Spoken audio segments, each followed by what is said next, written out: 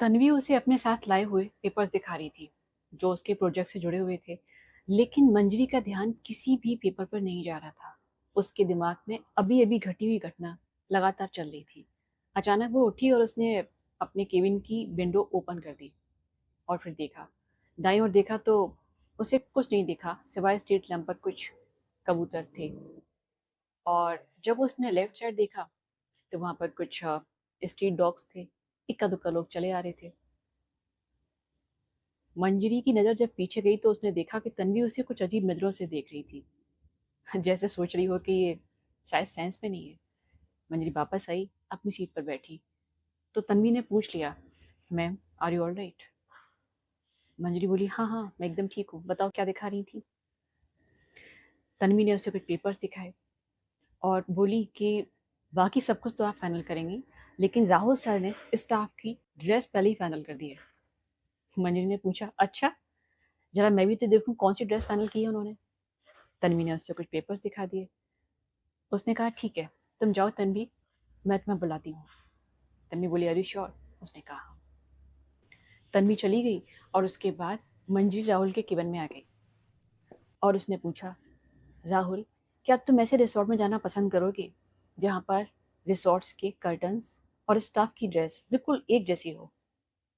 राहुल ने कहा, ये क्या कह रही हो, मुझे कुछ समझ नहीं आ रहा। मंजरी बोली, तुम्हें तो समझ में आना चाहिए कि अभी अभी तुमने जो ड्रेस फाइनल की है स्टाफ के लिए, उसकी ड्रेस का कलर और हमारे रिसोर्ट के कर्टन्स बिल्कुल एक जैसे हैं। राहुल को हंसी आ गई। उसने कुछ पल मंजरी को देखा और बोला, देखो, ये दूसरी बार है जब मुझे ये फील हो रहा है कि इस प्रोजेक्ट को तुमसे बेहतर कोई नहीं संभाल सकता। मैं तुमसे फिर कह रहा हूँ, इस प्रोजेक्ट पर कॉन्सेंट्रेट करो और अच्छे से काम करो।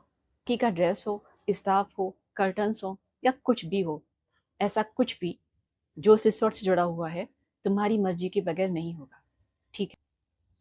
मंजरी बोली, राहुल, मुझे लगता है कि मुझे रिसोर्ट देखना चाहिए, उसे देखने से मुझे आइडिया लग जाएगा। तो राहुल ने कहा, हाँ बिल्कुल, मैं भी ये चाहता हूँ कि तुम रिसोर्ट जाओ, देखो और अपनी तरह से सब कुछ फाइनल करो, लेकिन मैं तुम्हारे साथ इस बार नहीं जा पाऊंगा, इसलिए मैं ऑफिस से कुछ लोगों को तुम्हारे साथ भेज रहा हूँ। मंजरी बोली, ठीक है। तन्वी और कुछ लोगों को लेकर उस रिसोर्ट में पहुंच गई जिस प्रोजेक्ट पे वो काम कर रही थी। तैयार होने के बाद वो रिसोर्ट 80 रूम का बना हुआ था, फोर्थ फ्लोर तक था और बड़ा खूबसूरत दिख रहा था। मंजरी उसको देखते ही रह गई। फिर वो लोग अंदर गए, अंदर जाकर देखा और जब वहां से लौट रहे थे, मंजरी उसी जगह पर आ गई जहां पर पहले वो देवू से मिली थी। उसने तन्वी से कहा, आप लोग जाइए, मैं यहाँ कुछ देर रुकना चाहती हूँ। तन्वी को फिर से आश्चर्य लगा। उसने कहा, आप यहाँ रुकना चाहती हैं? मंजरी बोली, हाँ, मैं यहाँ रुकना चाहती हूँ, अब आप लोग जाइए। जैसे ही तन्वी और ऑफिस के कुछ लोग वहां से गए, मंजरी ने आवाज लगा दी, देवू, क्या तुम यहीं पर हो? प्लीज आओ ना, मुझे तुमसे बात करनी है। शाम का झुरमुटा गिरने लगा था। अंधेरा हो रहा था, सर्दी के दिन थे और बाहर अंधेरा हो गया था। मंजी ने डर कर अपनी कार की विंडो बंद कर ली और कुछ देर के बाद उसने देखा कि उस विंडो के पास देवू खड़ा है। वो जल्दी से बाहर निकल आई और बहुत खुश हो गई। उसने पूछा, तुम यहाँ क्या कर रहे थे? देवू ने कहा, तुमने बुलाया और हम चले आए। मुझे बताओ तुम्हें कर क्या रहे थे? तो देवू ने कहा, मेरा यहाँ पास से गुजरना हो रहा था, उसी वक्त तुमने आवाज दे दी, कोइंसिडेंस हो गया। मंजरी बोली, ये तो अच्छा हुआ, मुझे तुमसे कुछ बात करनी है देवू। और देवू ने एक ठीक सी जगह देखकर जमीन थोड़ी साफ कर दी। मंजरी वहीं बैठ गई और उसके पास देवू भी बैठ गया। देवू ने पूछा, हाँ बताओ क्या कह रही थी? मंजरी बोली, मुझे तुम्हारी हेल्प चाहिए देवू, और मैं जानती हूँ तुम ही मेरी मदद कर सकते हो।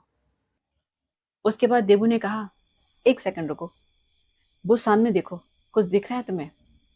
मंजरी ने देखा कि सामने एक मंदिर के ऊपर छोटी सी झंडी हिल रही थी।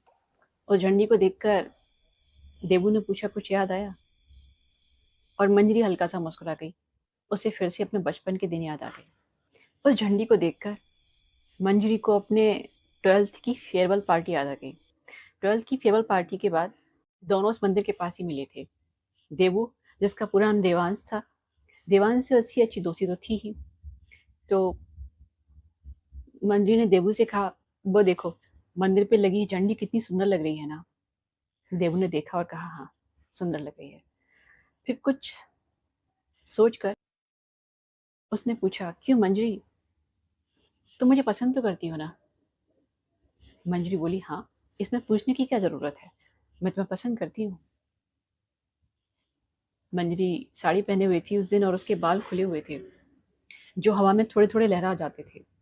और जब उसके बाल हवा में उड़ते थे तो देवांश बड़ी हसरत से देखता था उसे। ये बात कुछ कुछ मंजरी को भी पता लग रही थी और उसने कहा, नहीं, मैं तुम्हें वैसे नहीं पूछ रहा, मैं पूछ रहा हूँ कि आप तुम मुझे पसंद करती हो। मंजरी ने उसे देखा और फिर शर्मा के अपनी नजरें झुका ली। देवू ने उसका हाथ पकड़ लिया और बोला, जवाब दो मुझे, तुम मुझे पसंद करती हो ना? मंजरी हल्का सा कसमसा गई। उसने अपना हाथ छुड़ाने की कोशिश की लेकिन देवू ने उसका हाथ और कस के पकड़ लिया और फिर मंजरी ने उसका हाथ झटका और तेजी से भागने लगी। देवू ने कहा, ठीक है, मुझे मत बताओ, अकेले जाना ठीक नहीं है, रुक जाओ, मैं तुम्हारे साथ चल रहा हूँ। लेकिन मंजरी नहीं रुकी, वो भाग रही थी और देवू उसके पीछे भागने लगा। मंजरी तभी रुकी जब वो अपने घर पहुंच गई। तब जब वो अपने घर पहुंच गई वो रुकी और उसने पीछे मुड़ के देखा तो देवू दूर खड़ा उसे देख के मुस्कुरा रहा था। मंजरी अपने घर के अंदर चली गई और देवू वहां से वापस लौट आया। अब ये सब सोचकर मंजरी हल्का सा मुस्कुरा रही थी और देवू उसे देख रहा था। देवू ने उससे कहा, मंजरी कहाँ खो गई? मंजरी बोली, कुछ नहीं, बस कुछ याद आ गया था। देवांश बोला, कितने खूबसूरत दिन थे ना मंजरी वो। मंजरी हल्का सा सीरियस हुई और बोली, देवू, मैं तुम्हें जो जरूरी बात बताना चाहती हूँ वो ये है कि मैं अर्जुन से प्यार करती हूँ और बेहद प्यार करती हूँ। ये सुनने के बाद देवांश के चेहरे पर जो मुस्कान थी वो धीरे धीरे मिटने लगी। मंजरी ने उसे कहा, वो मुझसे नाराज हो गया है और मैं उसे मनाने में तुम्हारी मदद चाहती हूँ। यही जरूरी बात मुझे तुमसे करनी थी। ये सुनने के बाद अर्जुन ने अपने होंठ भींच लिए और सोने में देखने लगा। मंजरी बोली, अकेले तुम ही हो जो उसे वापस ला सकते हो, बताओ ना देवू, उसे वापस लाओगे मेरे लिए? देवू कुछ नहीं बोला, बस अंधेरे में देखने लगा और उसकी नजर एक जुगनू पर टिक गई। वो जुगनू को देखता रहा बड़ी देर तक और मंजरी अपने ख्यालों में खोई हुई थी। वो कहती जा रही थी, अगर अर्जुन मुझे नहीं मिला तो मैं जी नहीं पाऊंगी, ना तुम उसे लाओगे मेरे लिए? देवांश ने कहा, ये तो बताओ कि वो तुमसे रूठा क्यों है? बोली कि अर्जुन नहीं चाहता कि मैं राहुल के साथ काम करूं। तो देवांश ने पूछा, और इसकी वजह? मंजरी बोली कि अर्जुन को लगता है कि राहुल मुझसे प्यार करता है। तो देवांश ने पूछा, और तुम्हें क्या लगता है कि लगना क्या है? उसके मन में मेरे लिए सॉफ्ट फीलिंग है। अब इसमें मेरा क्या दोष है? जिस प्रोजेक्ट के लिए मैं काम कर रही हूँ उस प्रोजेक्ट को पाने के लिए मैंने बहुत मेहनत की है और राहुल अच्छी तरह से जानता है कि मैं अर्जुन से कितना प्यार करती हूँ। इसके बाद भी अगर उसके मन में मेरे लिए सॉफ्ट फीलिंग है तो उसमें मेरा क्या दोष है?